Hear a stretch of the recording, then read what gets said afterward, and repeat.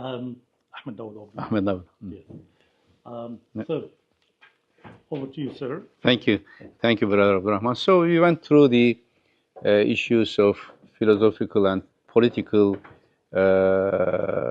adventure of civilizations. Now I will focus more on 20th century and post-Cold War era.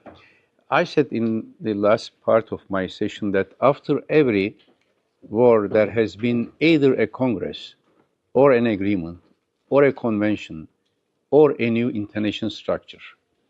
After 30 Years' War, we had Westphalian Order, which was the base of nation state. After Napoleonic Wars, we had the Congress of Vienna, and this was the new diplomacy in Europe and balance of power politics in Europe. Then we had First World War, League of Nations.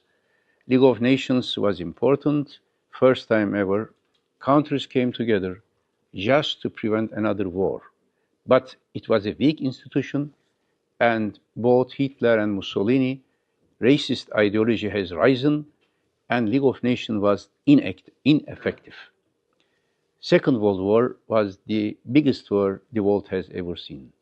After the Second World War, there was a geopolitical shift from British and French colonialism to Pax Americana. And international order, what we said international order in political theories, that is basically UN structured order. Several economic, political institutions did emerge. UN, World Trade Organization, FAO, got many organizations just to have a multilateral framework of order. What was the basis of this? When we say international order today, basically three parameters you have to keep in your mind. One is values. On which basis you have an order?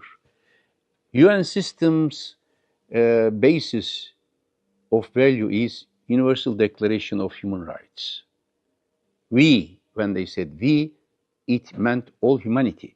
But in practice, still racism and double standards were practiced even inside US against blacks, minorities, etc. Second is rules, values, rules. Rules means conventions. Rules means predictability. Rules means a reference point. And third is institutional structure. During Cold War, this balance and these institutions, they had many failures. But at the end, at least there was a reference point. When the Cold War has ended, Francis Fukuyama wrote his famous article on end of history. I was a young academician at that time.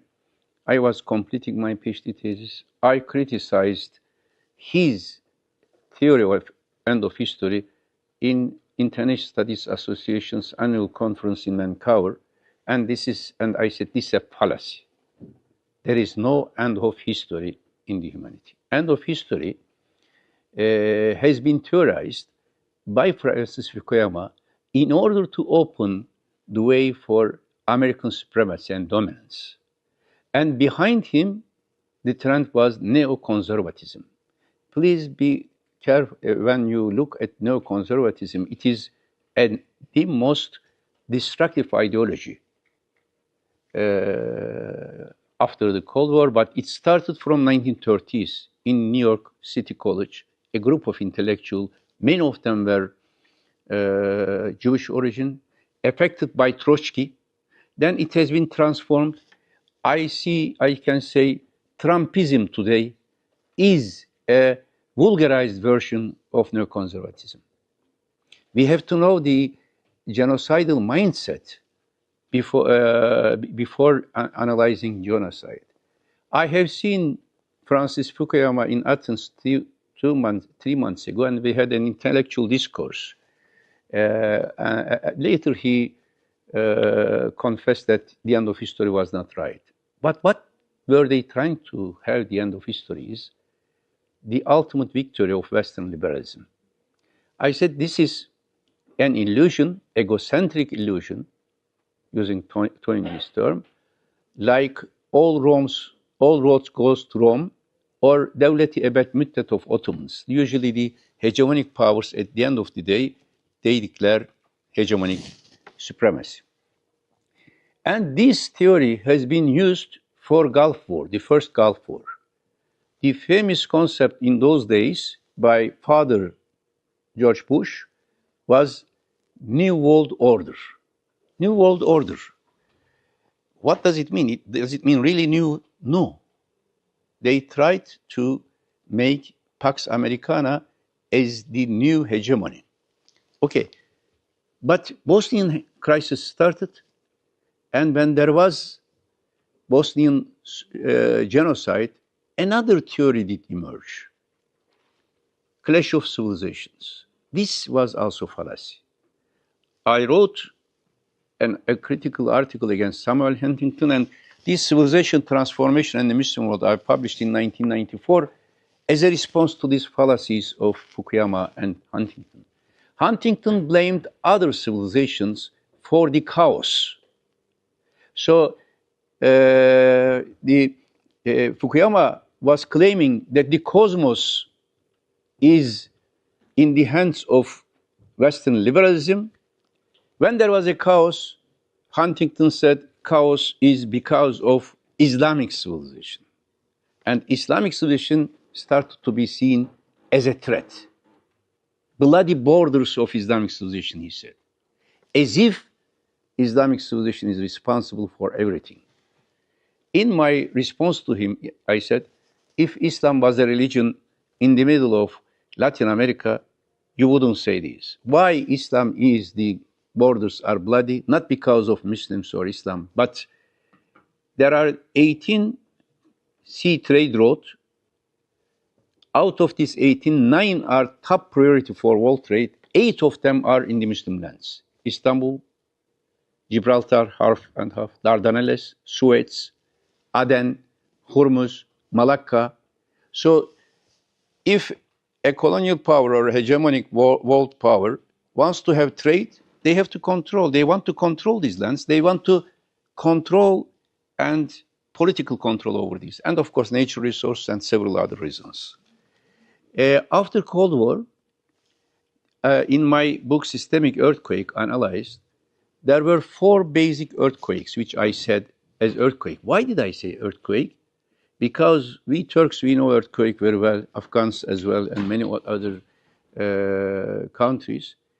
Earthquakes shakens the buildings. Some buildings are destroying, and before earthquake, there are signals, and after earthquake, there is a need of restoration.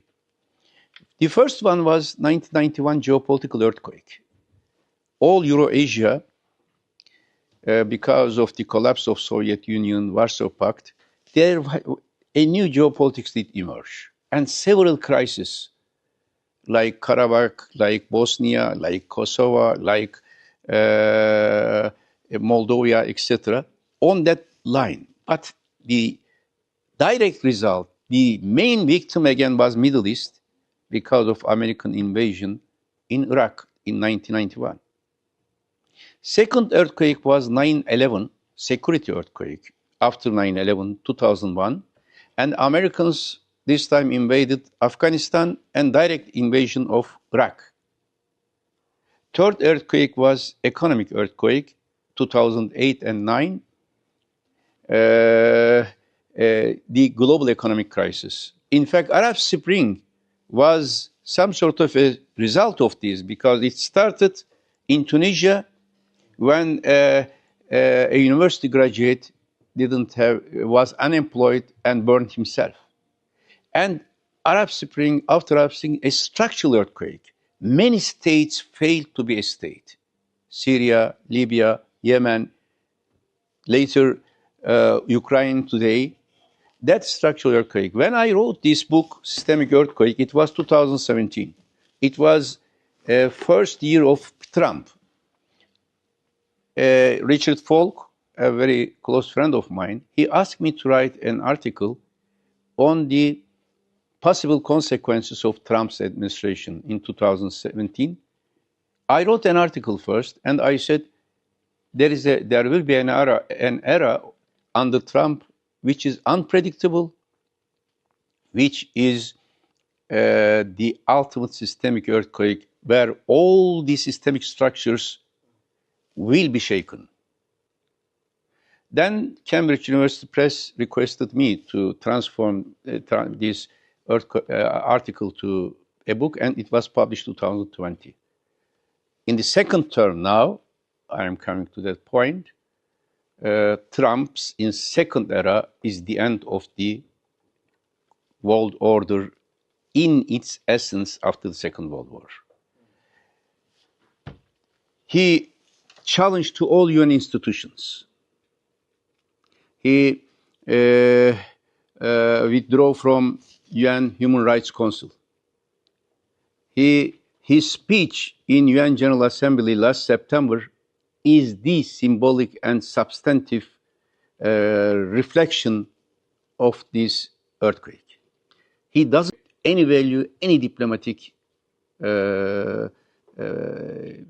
procedures of the past. I will come to this based on Gaza genocide. I will give some examples of this Trumpian neocolonialism.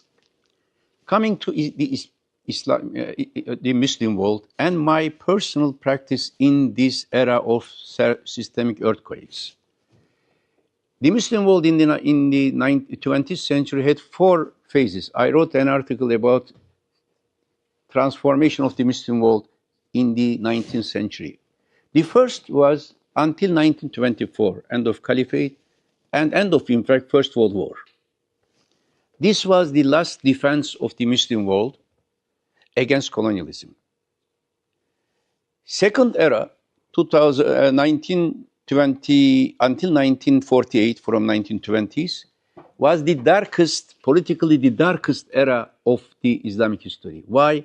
Because all Muslim people and countries were under colonial control except Turkey, Iran, and Afghanistan. And Iran and Afghanistan were almost semi-colonized. So there was no single authority to say, I will defend Muslims or I will be speaking in the name of Muslims. And Turkey changed their position vis-a-vis that Islamic background. So what is the consequence of this? Several Islamic, what we call Islamic movement, did emerge in 1920s, 1930s. İhvan-ı Müslümin, Hasan el-Banna in 1920s and 30s. Cemaat-i Islam in Pakistan, 1930s, 40s. Muhammadiyya movement in Indonesia. Fadwa in Nigeria. So Muslim communities communally responded to this. The third stage is after 1948, especially after the emergence of Pakistan as the first state named as Islamic. Many nation states did emerge. Now we have 57 states in OIC. But this time the internal conflict started. What will be the identity of this state? Arab nationalism, sometimes tribalism, sometimes one dynasty, sometimes Islam, but different identities start to conflict each other. Tribal identity in Iraq, for example, ethnic identity, Kurdish, Arab, then Iraqi identity, then Muslim identity. Political movements refer to these different identities and it has been divided. Fourth stage was after 1969. First time Muslims, when Masjid al-Aqsa was burned, Muslims realized that they have the same and one destiny. So there has to be a solidarity, cooperation, and OIC was established. After Cold War, there was another revival in Eurasia. Bosnia-Herzegovina became independent, Albania became independent, Central Asian republics became independent. That geopolitical earthquake reflected in a positive stance to the Muslim world. So the concept of the Muslim world started to be changed. When I was young, when we say the Muslim world as a concept is a modern concept. In the old traditional works, you never see Muslim world. You have Darul Islam. But when we were young, the Muslim world means there were maps everywhere, green, green colored, from Morocco to Indonesia, from Afghanistan to Nigeria, green colored. My friends, this map doesn't have any meaning today. Why? One positive thing is that now Muslims, this map was ignoring Muslim diaspora in Western countries and Muslim minorities in India, China, and many other states. Now there is a new dynamism. How can we interpret this dynamism? To be frank, I was more optimistic when I wrote my book Strategic Debt in 1990s. That there will be an intellectual revival in the Muslim lands. There will be more political sense of belonging. There will be more economically advanced countries. But today, we have big challenges in that sense. 5 challenges in front of us. Then I will give the details of my experience, some points in this systemic earthquake as a diplomat, as a politician, how did I react? The Muslim world has 5 challenges today. The demographic change. Today, like Rome in the ancient centuries, London is changing, New York is changing, and the main force of this change are Muslims in these cities. And there is a new revival, not in the Muslim lands, but more in so-called non-Muslim lands. In fact, this conceptualization also has to be changed. Second challenge, intellectual leadership. Therefore, in my beginning of my first lecture, I said, I tried to develop a new type of alim, combining West and different civilizations. The contrast between madrasa and school, alim and intellectual, now has changed the character. Now we need, and there is an emerging new intellectual prototypes. For example, Mahmoud Mamdani and his son, New York candidate for mayor, Mamdani, is a new type of intellectual as well as a political prototype of Muslim diaspora. Nobody was expecting that Democrat Party would nominate a Muslim as for the candidacy in New York. Now we have a new phenomenon. Economic challenge is the richest countries of the world are Muslims, the poorest are Muslims. This is against Islamic ethics. Some countries are living in full luxury, small population, high resources. Some countries are heavily populated and they are the poorest. I was co-chaired and I was the coordinator of LDC countries when I was Minister of Foreign Affairs, least developed countries, 48 countries, many of them were Muslims. It was so pity. We had a summit of least developed countries in Istanbul. Many of them are Muslims. Yeah, I usually make this comparison, Yemen and Dubai, Aden and Dubai. Aden was the center of civilizations for several centuries. There was nothing in Dubai. Today, Dubai is the richest, Yemen, Aden is the poorest. In the same Arabian Peninsula, East and West. This economic inequality is against the basic philosophies of Islam, but it survives. More important, fourth challenge, political challenge. This is personally my story, let me say. In the Muslim lands, I had a group of Finnish ministers last week in Ankara. They offered me a lunch in Finnish embassy because Finnish former Minister of Justice, Minister of Foreign Affairs, etc. And Finnish President Alexander Stubb is my close friend. They sent this delegation. I made some analysis about the corruption issue, transparency, why some economies, including Turkish economies, not performing well. The Minister of Justice said proudly, You know, when I was minister a few years ago, Finland was corruption-free, all corruption-free, the first corruption-free of the world. Now, if I say Islamic politics, if I was teaching Islamic politics, I was telling values are important. Western lost these values. But in politics, if you ask me what are the values, first, transparency. Second, political ethics. Third, absence of nepotism. Fourth, rule of law. You can count all these. Respect to environment. These are values, our values. But if you put this criteria here, and if you put on the right the performance of countries, the best performance of these values are Finland, Sweden, Norway. So value-based, they are more Islamic than 57 Muslim countries. They do not believe, maybe they are not Muslim, but they are implementing these values better than Muslim countries. The worst in these are all Muslim states. Corruption, absence of rule of law, absence of transparency. This is a challenge. This was a big challenge for me personally when I was Prime Minister. Minister of Foreign Affairs, I acted as more on foreign policy issues. But when I became Prime Minister, I remembered my duty. I said, I am an idealist person. I have ideals.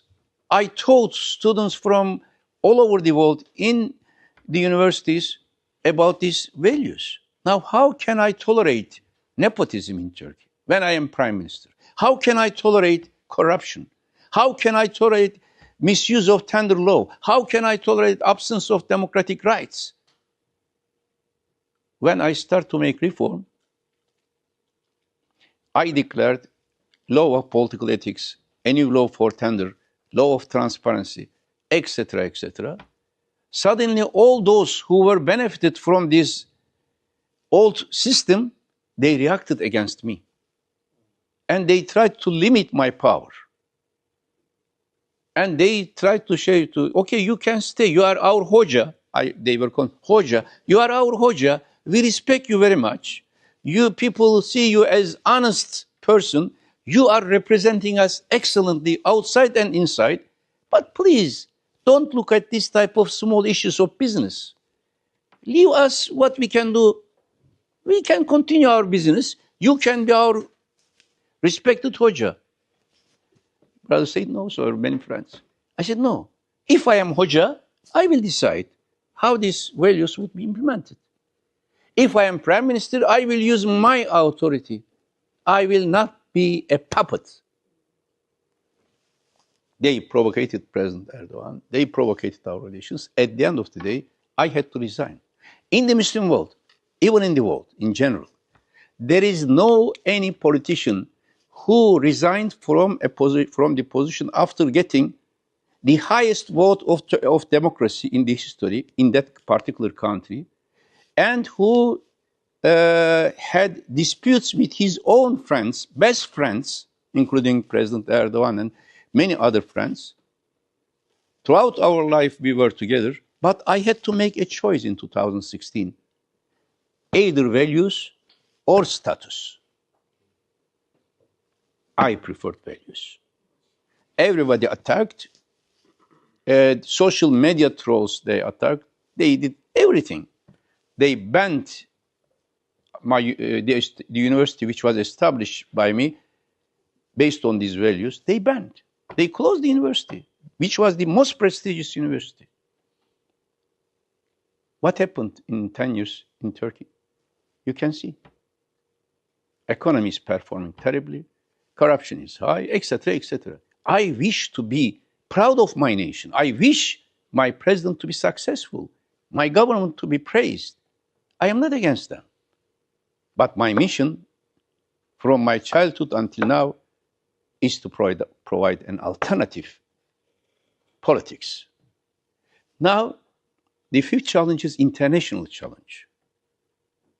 how should we reorganize our systems from that perspective?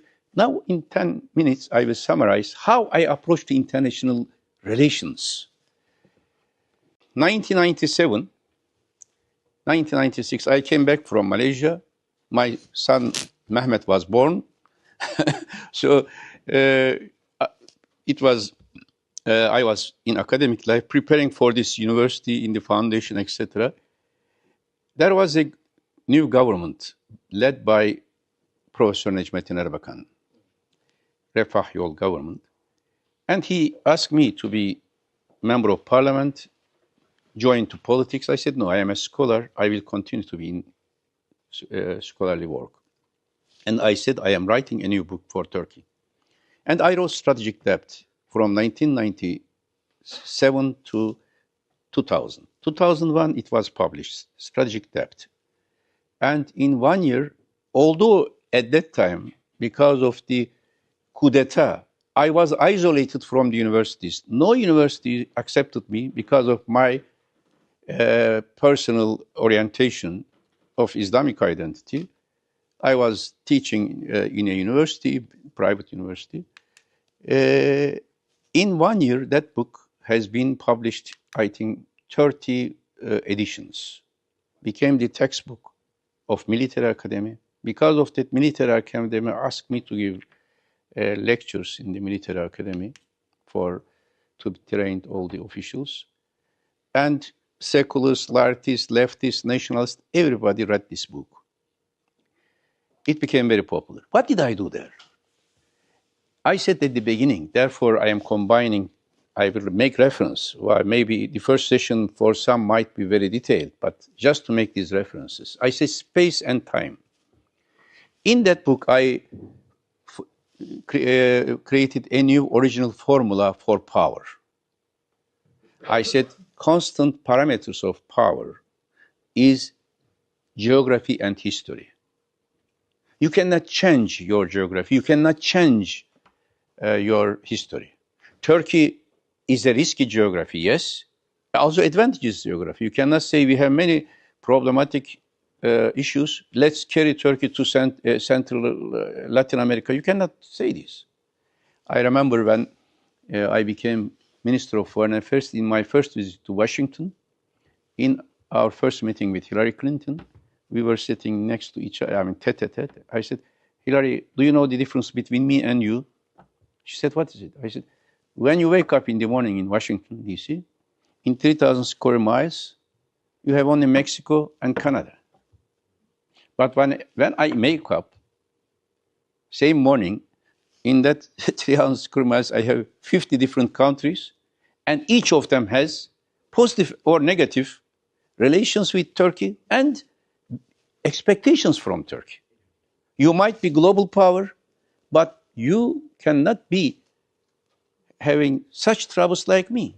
One day I told to Carl Bildt, I said, Carl, this is injustice. He was Minister of Foreign Affairs of Sweden. I said, this is injustice. He said, what did I do? We were close friends. I said, look, you are in Sweden. You are enjoying being Minister of Foreign Affairs, traveling everywhere. Your neighbor is Norway, Denmark, etc. But I am taking all 7 days. My advisor is here, Osman Sert. One day they told me, I asked them to organize a trilateral summit between Turkey, Afghanistan, and Pakistan. They said, we don't have time, Mr. Minister. We don't have time. I said, how many days do you have? 7 days are full. Then I said, you have to find the 8th day for me. If 7 is not enough, find the 8th day, but you will do this. So I said, one day we have to change. I will be your position, you will be my position, for me to relax at least 1 month a year, sabbatical leave. I am not complaining. This is Turkey. Throughout the Cold War, Turkey was seen as the wing country of NATO, periphery of NATO, to prevent Saudi Arabia to come down. And throughout this Cold War era, 3 issues were the foreign policy issues for Turkey. One is Armenian, the other one is Kurdish, The third one is Cyprus and Greeks. The rest were dependent on this. I said, this is nonsense in my book. I said, Turkish geography and history doesn't make Turkey equal to Greece. We are not, we should not be competing with Greece. Turkish potential is, I compared, with 7 other big nations who had political order in the past, continental political orders, like China, like Russia, like United States, like Britain, like France, like Japan. We might be the 8th, but we are not. Therefore, they call me Neo-Ottoman. Oh, most welcome, because I was born. I studied my life in Istanbul, the Ottoman capital. I had never been apologetic for this, but I never supported make any expansionist approach. What did I say in this book? History is my history, so I cannot change. I have to take the responsibility. Geography, I changed the concept that Turkey is wing country of NATO. I said Turkey is not wing country of NATO. Turkey is not a European country. Turkey is not Asian country. Turkey is not Euro-Asian country.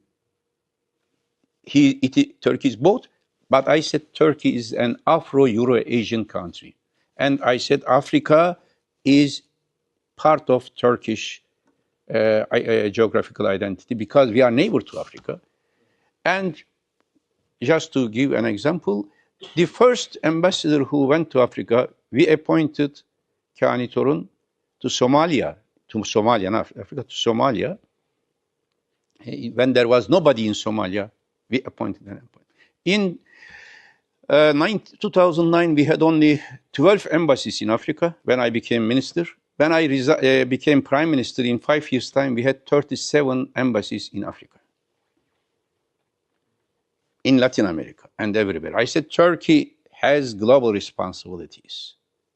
Nobody can limit us. I signed a protocol with Armenia. We developed good relations. I declared 0 problems with neighbors. Because I said Turkish borders are not natural borders. This was reinterpretation of Turkish strategic vision after Cold War to adapt to the new situation. Once these anecdotes are important. Yeah. When you ask questions, I can give more examples of these about this Ottomanism, Islamism. They called me Islamist. I said Islam is my identity, but I never call Islamism. Islam is not an ideology.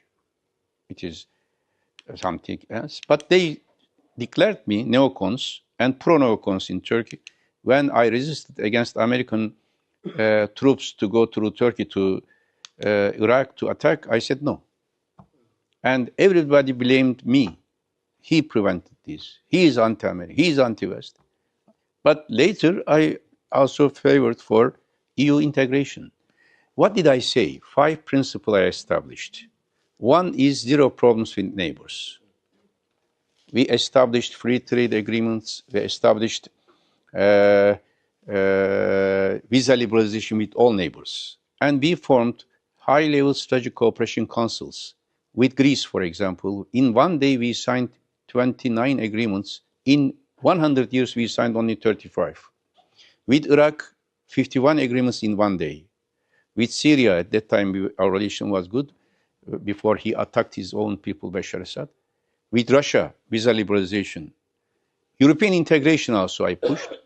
So in European meetings when I was minister, they told me, why are you so interested with Bosniaks, with Albanians, with Georgians, with Abkhazians? Everywhere you are all, do you have any expansionist interest? I said, no. We are a democratic country, and I have voters, and among these voters, we have more Bosniaks than in Bosnia. We have more Albanians than in Albania. We have more Georgians than in Georgia. We have more Crimeans than in Crimea. We have more Chechens than in Chechnya. We have more Abkhazians than in Abkhazia. So, because of this imperial legacy, they migrated to Turkey. And this is Turkey. That multiculturalism brings another dimension. I said Turkey should not intervene other countries, but there should Turkish should support regional initiatives, regional ownership, and mediation. When I was chief advisor and minister of foreign affairs, I was mediating between Israel and Syria. I was mediating between Israel and Hamas in 2009, 2012, 2014 wars. We achieved ceasefire. I mediated between Serbia and Bosnia, and we signed we established a trilateral mechanism. I mediated between Afghanistan and Pakistan in 2009 and established Turkey, Afghanistan, Pakistan trilateral process. I mediated between Ethiopia and Eritrea.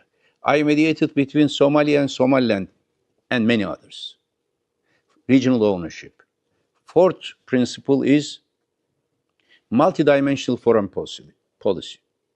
Before, the understanding was if you are good with Europe, you must be bad with Russia. If you are good with Russia, you must be bad with US. I said no. We will have integration policy with Europe. We will have best relations with Russia, and we will continue to have our strategic relation with US in NATO. And we will develop relations with China, Latin America, Africa, multidimensional foreign policy. And the last, humanitarian foreign policy. Turkey became one of the rising humanitarian power everywhere through new agencies. And Turkey before was more security-oriented. We tried to make Turkey more conscious-oriented, more freedom-oriented, more model. We had problems in Arab Spring, you may ask, but at the end of the day, when I became prime minister, end of my foreign ministry, Turkey was one of the most influential country on earth. Hillary Clinton, in her book, as memoirs, she says you can secretary. Am I right? Osman, the book is secretary. She says, wherever I go, I see Davutoğlu there. I go to Singapore, I see there, everywhere. This is not personal praise, but I told this rhythmic diplomacy. Now, the next stage, I will discuss Trumpism, multilateralism. What is my perception, Turkey as a country? Democratic in the country, inside. Economically productive. Intellectual freedom. Judicially, rule of law. Ethically, best example of transparency. And diplomatically, a leading country in all the regions around and in global affairs. This is what I projected and what I tried to achieve in Turkey. I hope Turkey will have a new restoration reform era. This is my future vision for Turkey as well, because we lost almost 10 years in that adventure. I will stop here. Then next session, we will focus on the future of international order. Yes, now your question and answers. Thank you, Mr.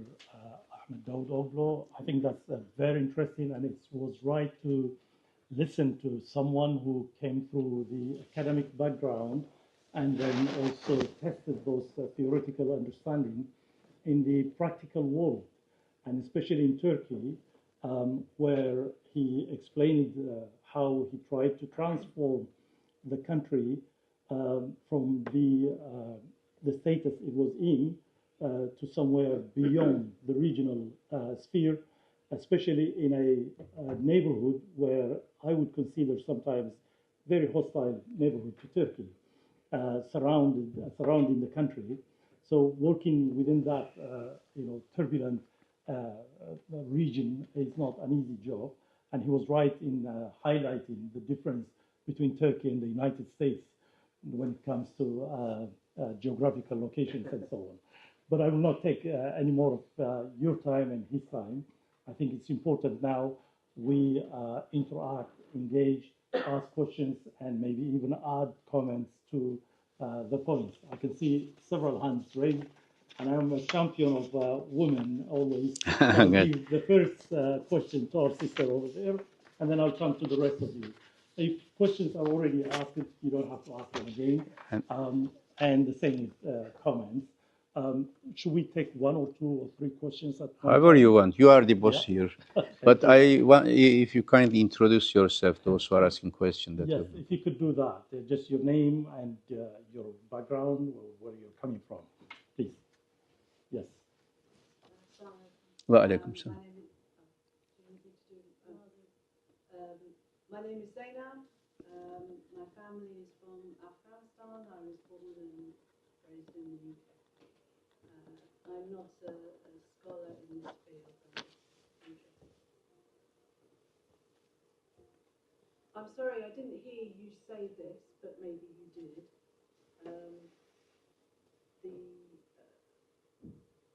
One of the biggest impacts on the least developed countries has been the interest of controlling resources, fossil fuels and other resources in those countries.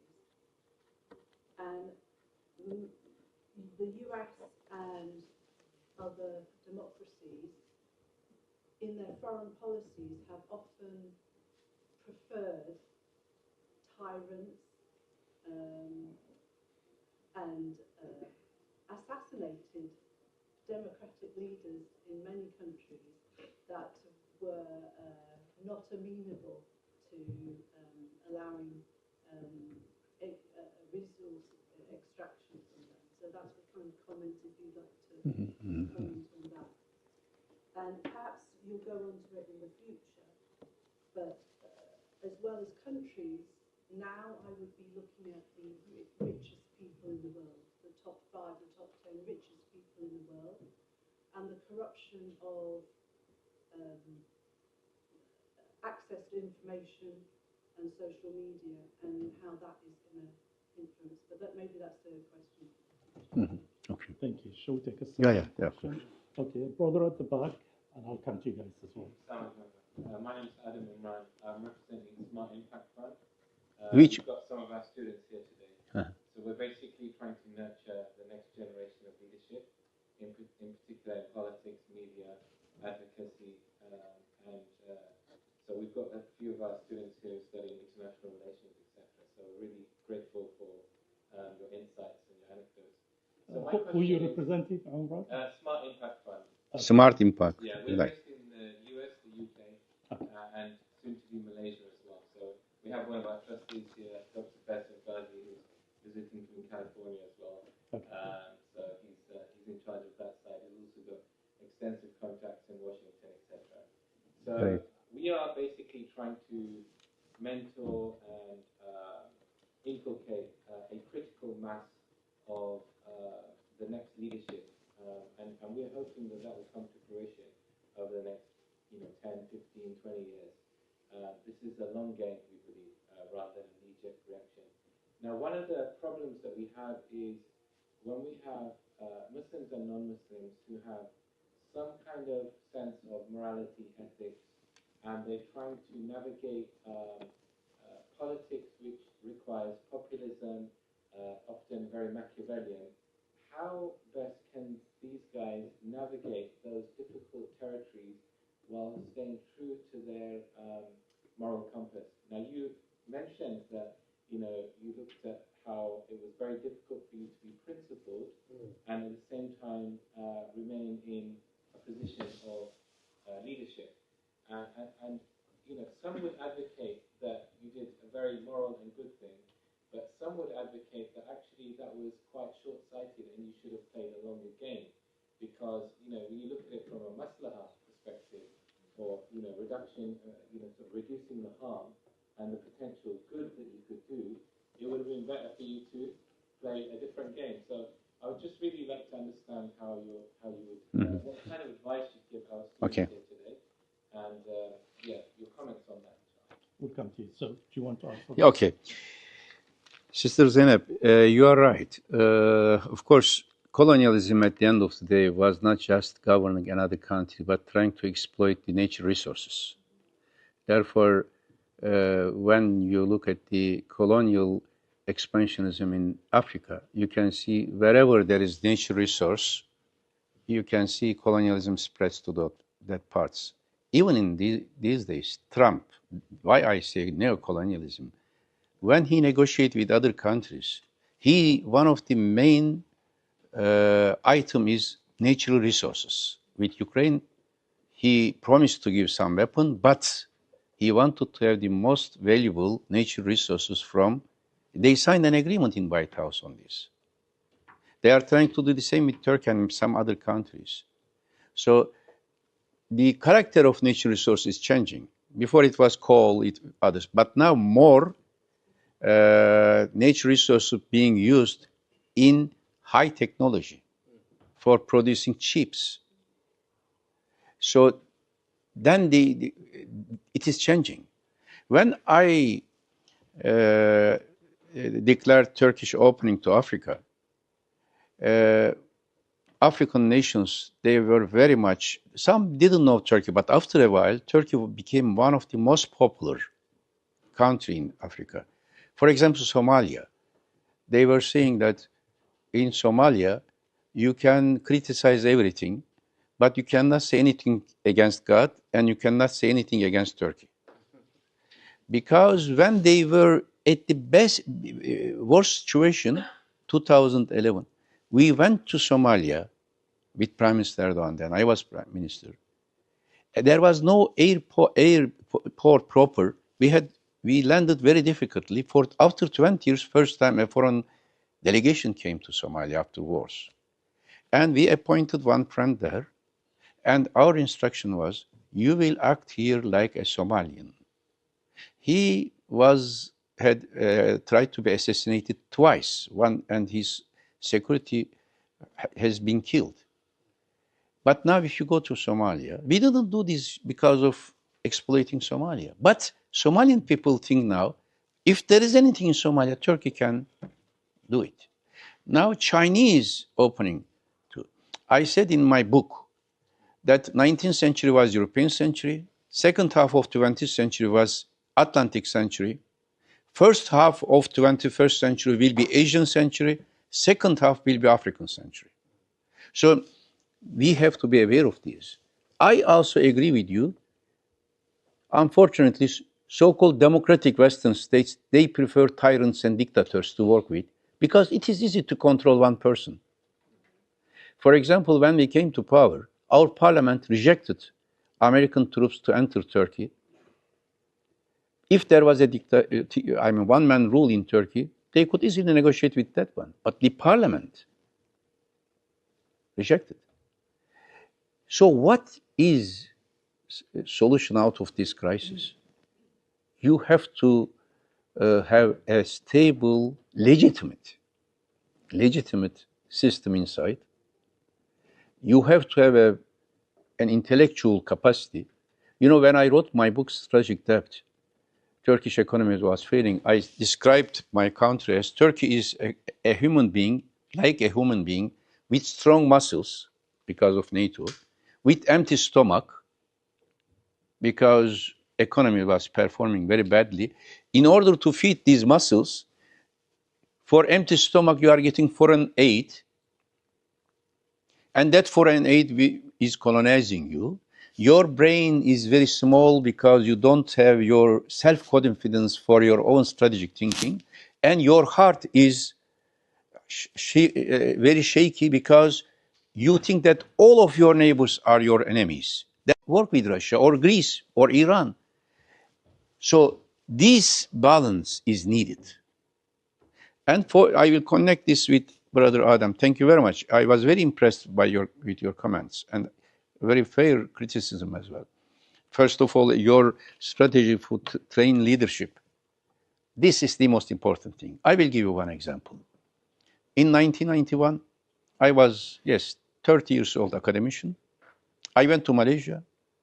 Next year, Yugoslavia had crisis, and Ali İzzet Begovic, I can say Ali İzzet Begovic is the most honest intellectual leader in at least half a century.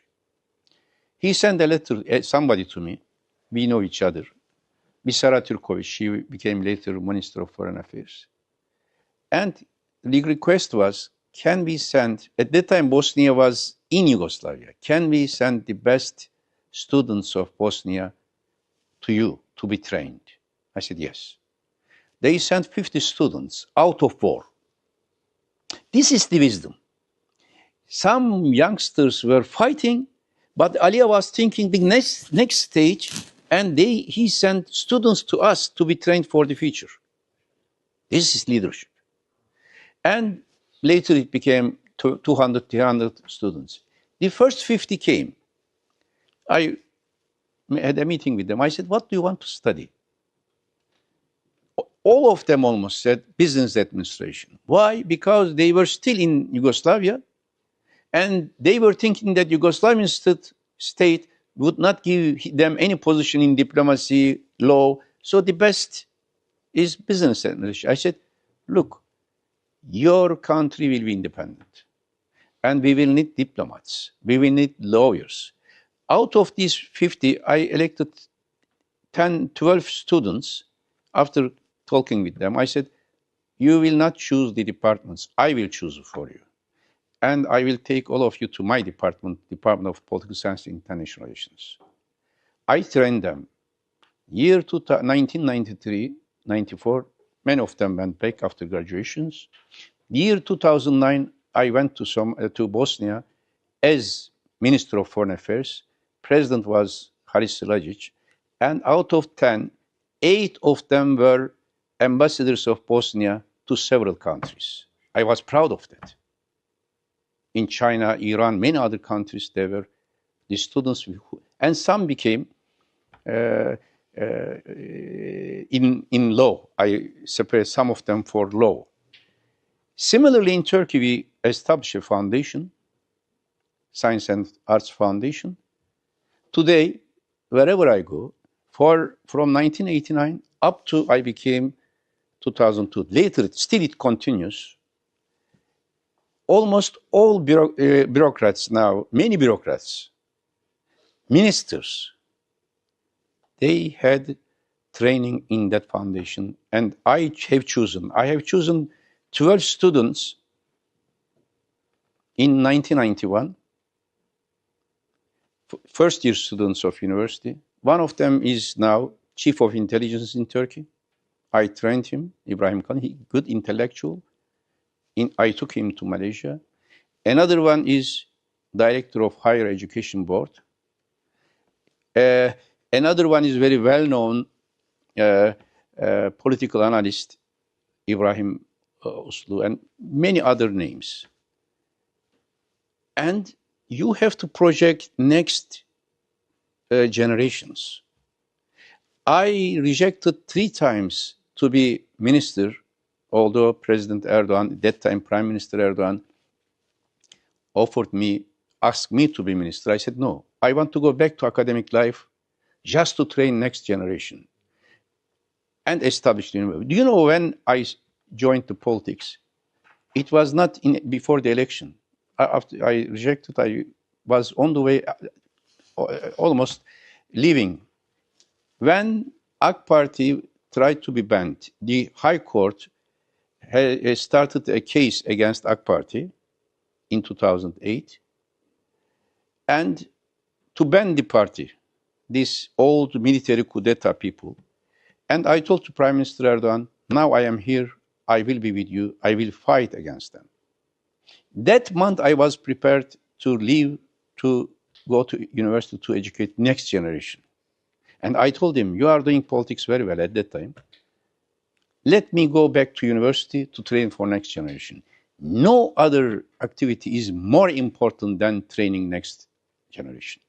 And I can tell you, what is the problem of today is the decline of leadership qualities everywhere in the world. Can you imagine? Even compare Barack Obama and Trump. Trump, he says 3,000 years in his statement. how did you count 3,000 in? Why not 4,000 or 5? He can say, he told to Erdogan in White House, you tried to control Syria 2,000 years. Now you achieved. 2,000 years, 100 years ago, Damascus was the capital of Vilayet of Ottoman state. For 4 centuries, it was under Ottoman control. And 2,000 years ago, we Turks, we were in Central Asia. We were not in Anatolia. But he doesn't have any importance. This is not important for him. Important is to praise him and to get what he wants. And everybody is very happy being praised by him. Why? I don't know. Ignorant is the character of leadership today. Populism is the character. Muslim lands is not much different, to be frank. I can compare Chirac and Macron. I can compare Merkel and the existing Chancellor Merz. And you can make many comparisons. Even you may like or dislike. I don't mean ethically good or bad. The quality. Churchill and new British. I am not insulting. But could you think that an American President Roosevelt would be telling to Churchill, come, then, oh, are you here? Yes, oh, then continue. How was the Trump's attitude to British Prime Minister? Could Roosevelt do this to Churchill? No. Even to Margaret Thatcher, Reagan to Margaret Thatcher? No. In the Muslim world, even worse. To be frank, I know all the leaders.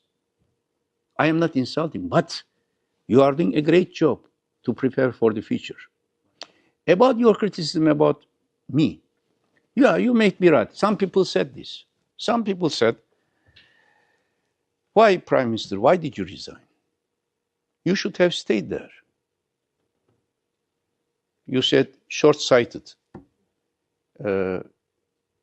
Brother Adam, I thought a lot on this. I decided to resign in one day when my popularity was the highest in the country. Therefore, people around Erdogan, they have provocated him. Davutoğlu is getting more popular. But later I wrote a book, which was not translated in English, 600 pages, on conversations with young generation. There I analyzed from idealism to corruption. I have seen all the phases. First, you think power is an instrument for your ideals. That's the first stage, the most ethical one.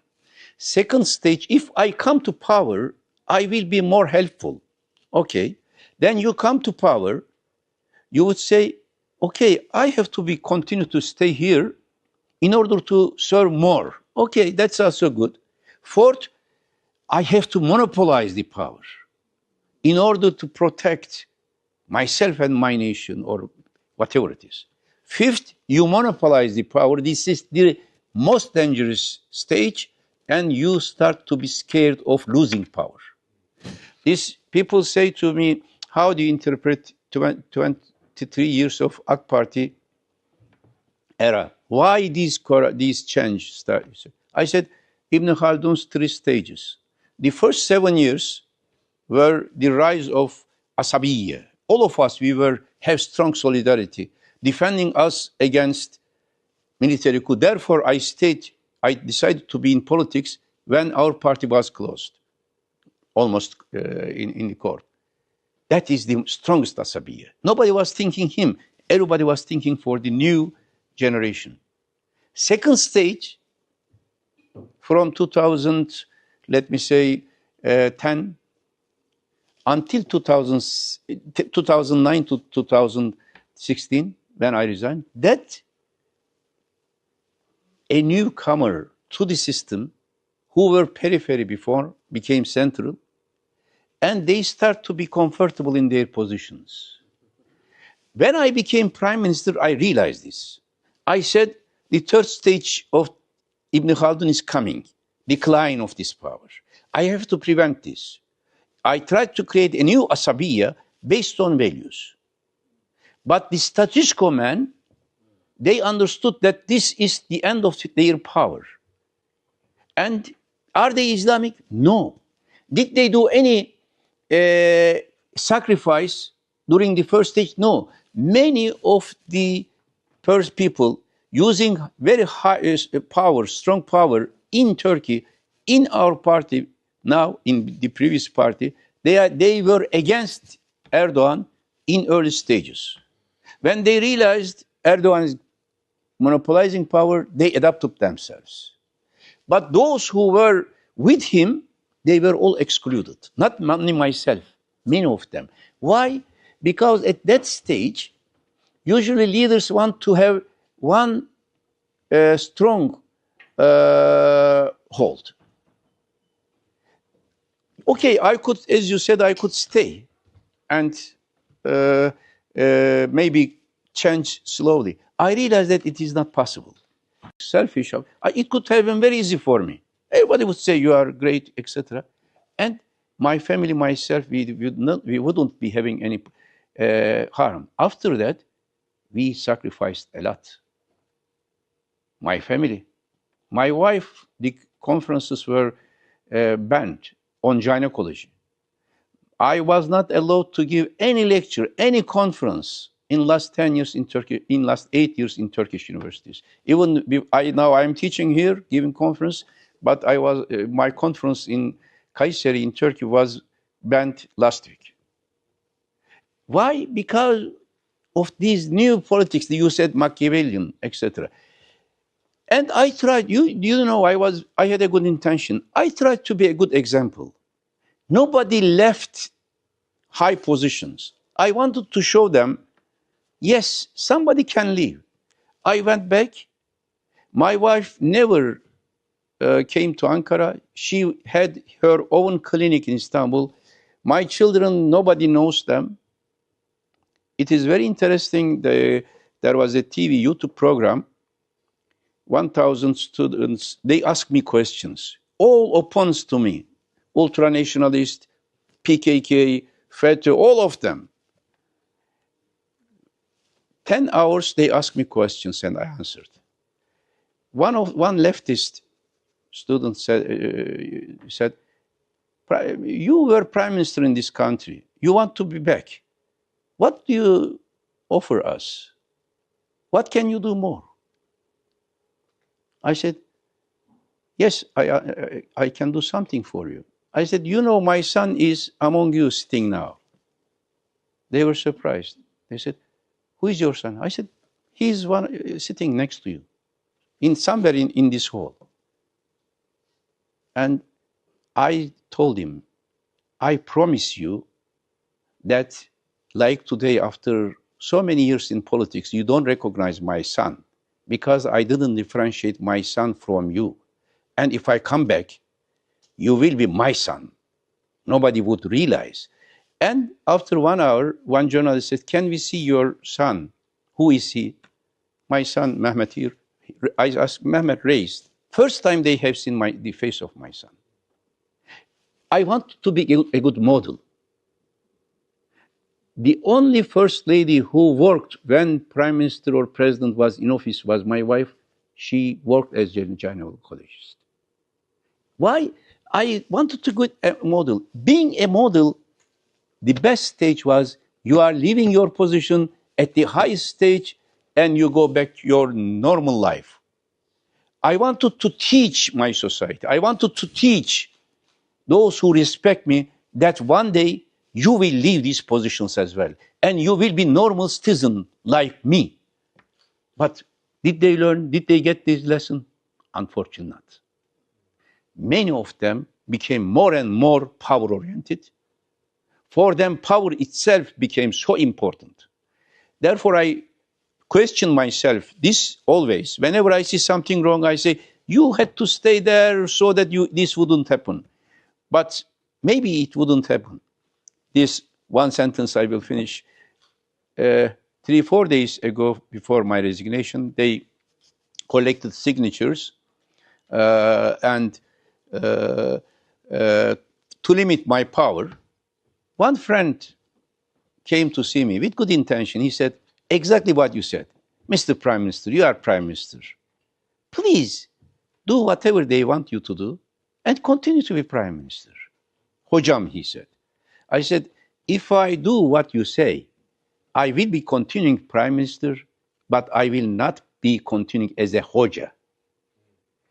You may lose the title of Prime Minister. One day you can come back as Prime Minister. But if you lose the title Hoca, you will never get it again. That's what I tried to do. Thank you. Next, I will. Oh, thank you very much. Pleasure. I think this is one of the most important books that's been written in the last 100 years. Mm-hmm. If anybody has not read this, please read it. You said a lot of things, and I want to comment on several, but because I want to keep it short also, you just passed over something in your comments when you said that Islam is not an ideology. Mm-hmm.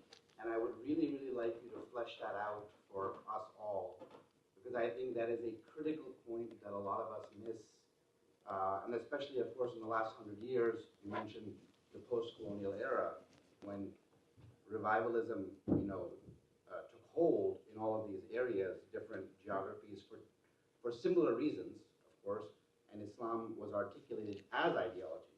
Mm-hmm. But since you mentioned that Islam is not ideology, which I agree with, I'd love to hear you flesh out that for everybody's benefit. Oh, thank you very much. Okay. I want to have more. Second one. Yeah, I know. No. Yes. My name is Faisal Kazi. I'm from California. I actually Did you come from California? Thank you. I actually did not come for this, but I'm like you, Sajjad. I came for an American football game in Berkeley tomorrow. I'm really fortunate that Brother Mizan from Iran was able to let me know about this event. Very close to my hotel here, so this is an exciting opportunity. And I've, of course, followed your work over the years, so this is Thank you. So I have to say that, from a U.S.-centric perspective, even Muslims in America are fairly isolated from the global perspective. So this is refreshing to hear these comments. But my direct question is that, even before Trump, there was a sense of global misalignment of the global order. And with the Trump administration, you can see that it's been accelerated. And as I politically mature, I wonder what the global order would look like without a U.S.-backed global order. Mm-hmm. And what happens in a vacuum, from your travels and from your perspective, what are the pros and cons of that? Both economic, with its dollar, or but in the absence of a U.S.-backed global order, I know you're calling it an Asian century, but is there a vacuum? Is there really an alternative? Mm-hmm. Okay. Can I add something to that? Of course, Brother Sajjad. When you comment on this, for those of us who are in the U.S., and as the U.S. declines, so to speak, our parents moved there 50, 60, 70 years ago because they said America is it, post-World War II. And now when America is not it, what should the role of the Muslim community in America be? Okay. These two questions are very valid, very important questions, but in the next session, in fact, I will focus on this.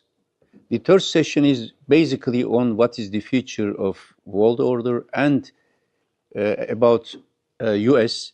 In my systemic earthquake, I criticized this world order. In fact, Biden was not better than Trump, sure. And in my book, I described American strategy as strategy of discontinuity. Discontinuity. What Father Bush did was different than Clinton later. And George W. Bush was different. The main trend, what I always look, the intellectual trends and strategic mentality, neoconservatism, shaped the American foreign policy. From 1980s, from Reagan time until today. And if you follow the footsteps of this neoconservatism and those who were against them, realist school, etc., you can see how this American strategy has been transformed. I will answer some of these issues in next session in details, as I will focus on this. But Brother Sajjad's question is important. Islam and ideology. Ideology, ideology as a concept and ideologies as the intellectual facts, they are modern artifacts. Modern artifact. Like I said, the Muslim world is a modern concept. Darul Islam is a traditional. Coming, we have to find a new concept, not territorially defined Islam, like the Muslim world. Turkey is the Muslim world, in the Muslim world, United States is not. But there are Muslims. They are not like Muslims in Darul Harb in the past. So the context has changed. Now we have to universalize. Everywhere is the Muslim world. Everywhere belongs to humanity, and Muslims should be everywhere. The difference of ideology is this.